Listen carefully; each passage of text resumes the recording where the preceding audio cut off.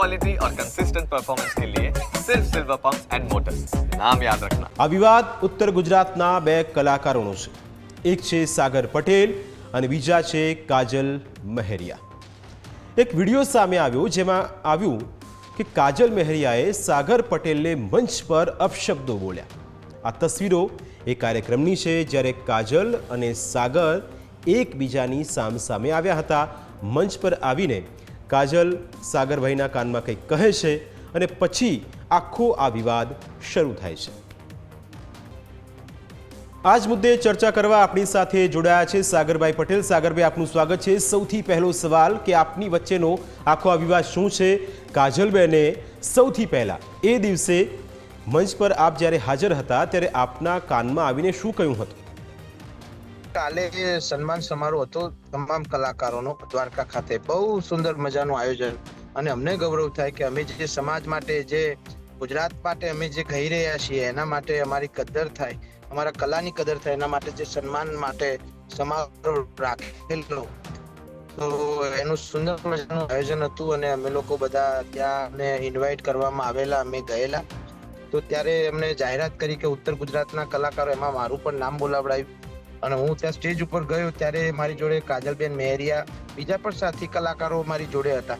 તો તમામનું ત્યાં ઉપર સ્વાગત કરાવડાયું અને પછી કીધું એ લોકોએ, આયોજકોએ, કે તમે થોડી વાર સ્ટે કરો સ્ટેજ ઉપર અને વન બાય વન તમે એક એક તમારું પરફોર્મન્સ આપતા જાઓ જેથી કરીને પબ્લિકને લાભ મળે તમારા ગરબાનું. હા, તો પહેલા કાજલબેન ગાવા ગયા ત્યારે હું સાઈડ પર ઉભો રહેલો હતો, તમે એમાં પણ જોઈ શકો છો એ વસ્તુ. અને પછી તરત જ બેન ગઈને આવું છે અને મારા કાનમાં તરત કહેવા આવ્યું છે એટલે મેં કાન ધર્યો. મેં કીધું બેનને કંઈક કામ હશે, મારા કાનમાં કહેવા આવ્યા. ત્યારે બેનને સીધી જ અભદ્ર ભાષામાં ગાળો મારા ઉપર, સમાજ ઉપર, માતાજી ઉપર, જે હું લાઈવ નથી બોલી શકતો એવી ખરાબ ગાળોનો ઉલ્લેખ કર્યો. અને આ ઉપરાંત પહેલા પણ એમને ગાળો બોલેલા છે માતાજી ઉપર અને આ મારા સમાજ ઉપર જ્યારે બોલ્યા ત્યારે મેં સમાજ વચ્ચે મેં મૂક્યું, કેમ કે મારા અંગત મારા ઉપર બોલ્યા હોત તો કદાચ જતું કરો. પટેલનો દીકરો છું એટલે જતું કરવા માનું, પણ આ સમાજ ઉપર આવ્યું એટલે મેં સમાજને ચેતવ્યા અને કીધું કે આવું જો આપણા સમાજ વિશે કોઈ કલાકાર આપણે બોલતો હોય તો હવે એનો ન્યાય સમાજ આપે. સાગરભાઈ, આપની અને કાજલબેન વચ્ચે પહેલીવાર આવો વિવાદ થયો કે આ પહેલા પણ વિવાદ થયો હતો? મેં ઘણી વખત એમની જોડે સ્ટેજ ઉપર ગાયેલો હતો શું, પણ મારો એક સ્વભાવ રહેલો છે કે મારા સાથે બીજો કોઈ અન્ય કલાકાર જે અમારા જેવું નામ ધરાવતો હોય એ કલાકાર જો હાજર હોય તો એ પહેલા એમના મન ગમે એટલું બધું રજૂઆત કરી લે. ત્યારે હું બહુ ઓછી રજૂઆત કરતો હોઉં છું, કેમ કે મને હરીફાઈ કરવી ગમતી નથી.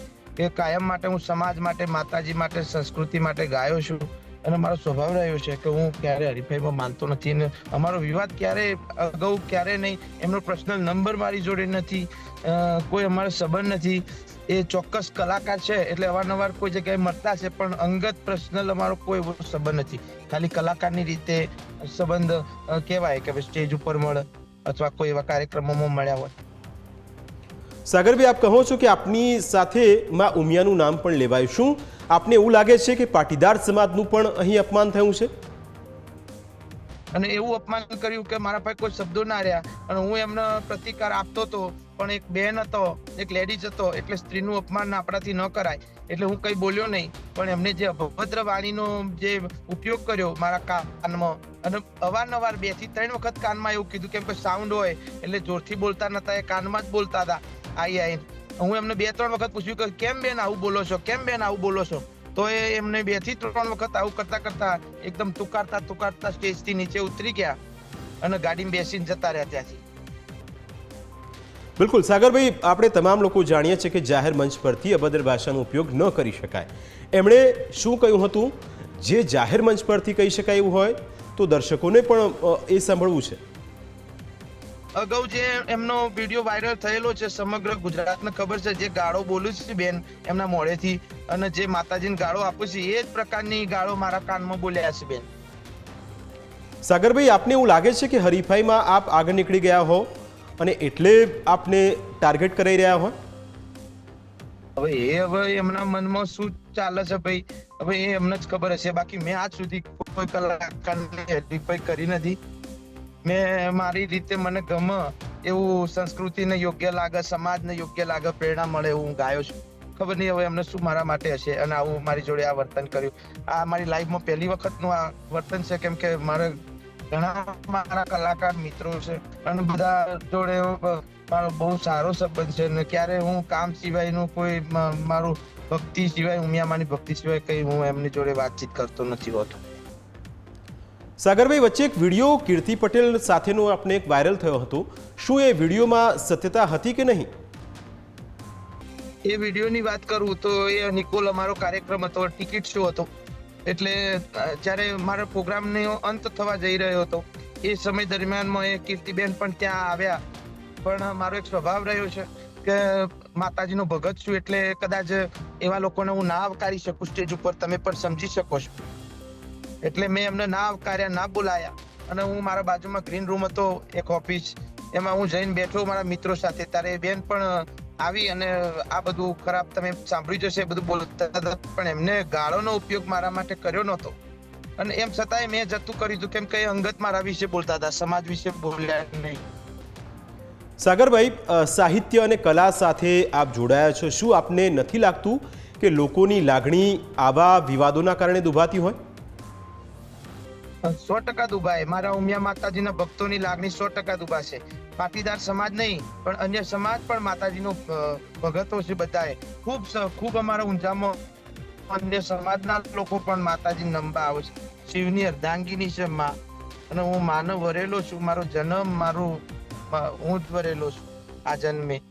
એટલે મને તો ખૂબ જ દુઃખ થયું છે.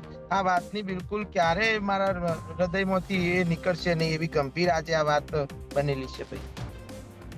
બિલકુલ સાગરભાઈ, આપ કહો છો કે મા ઉમિયાના તમે ઉપાસક છો, શક્તિનું તમને વરદાન છે અને સરસ્વતી તમારા મુખે છે. સાગરભાઈ, કલા સાથે સંકળાયેલા છો, શબ્દોના સહારે આપ કંઈ સંભળાવવા માંગતા હોય, કારણ કે વિવાદ ખૂબ ચગી ગયો છે અને આપના જવાબ પછી કાજલબેનનું રિએક્શન પણ આવ્યું છે, એ પણ સંભળાવીશું. હું એવું માનું છું કે આ સમાજને હવે ખરાબ વાણી વિલાસ કરતા લોકોથી દૂર રહેવું જોઈએ અને એક તો હું કહીશ કે જનની જણકા ભગત જણકા દાતા કા સૂર, નહીં તો રહેજે વાંધણી મત ગુમાવીશ નૂર. આવા અભદ્ર વાણી વિલાસ કરવા વાળાને જન્મ આપ્યા કરતા તો વાંધણી રહેવું સારું છે. તો આ હતા સાગર પટેલ. સાગર પટેલ આપણી સાથે જોડાયા અને તેમણે આખા વિવાદમાં પોતાની પ્રતિક્રિયા આપી. પણ આ વિવાદ જ્યાંથી શરૂ થયો હતો એ કાજલબેને સાગરભાઈના કાનમાં શું કહ્યું હતું એ સાંભળવું પણ જરૂરી છે. કાજલબેનનું આખા વિવાદ પર શું કહેવું છે એ સાંભળી. જય માતાજી મિત્રો, જય વિહતમાં જય અંબે. થોડા કલાકો પહેલા મારા નામથી પાટીદાર સમાજ અને ઉમિયા માતા વિશે અપશબ્દ બોલેલ અને પાટીદાર સમાજને ગાળો આપેલ એવું એક મારા મોટા ભાઈએ સોશિયલ મીડિયામાં વિડીયો મૂકેલ છે. આ વાતને હું સદંતર નકારું છું, કારણ કે આ વાતને મારા ભાઈ કોઈ બી રીતે સાબિત કરી બતાવે તો મારું સંગીત પ્રોફેશન આ જીવન હું છોડી દેવા તૈયાર છું. હું સાચી છું. હું પાટીદાર સમાજ અને ઉમિયા માતાજી વિશે એક પણ શબ્દ બોલેલ નથી. એ સાબિત કરવા હું મારા ઘરેથી, તમને બધાને ખબર છે કે હું મહેસાણા રહું છું, મહેસાણાથી નજીક જ છે ઊંઝા ઉમિયામાનું જોરદાર મંદિર છે, આ બધા જાણો છો. ત્યાં અખંડ જ્યોત છે મા ઉમિયાની.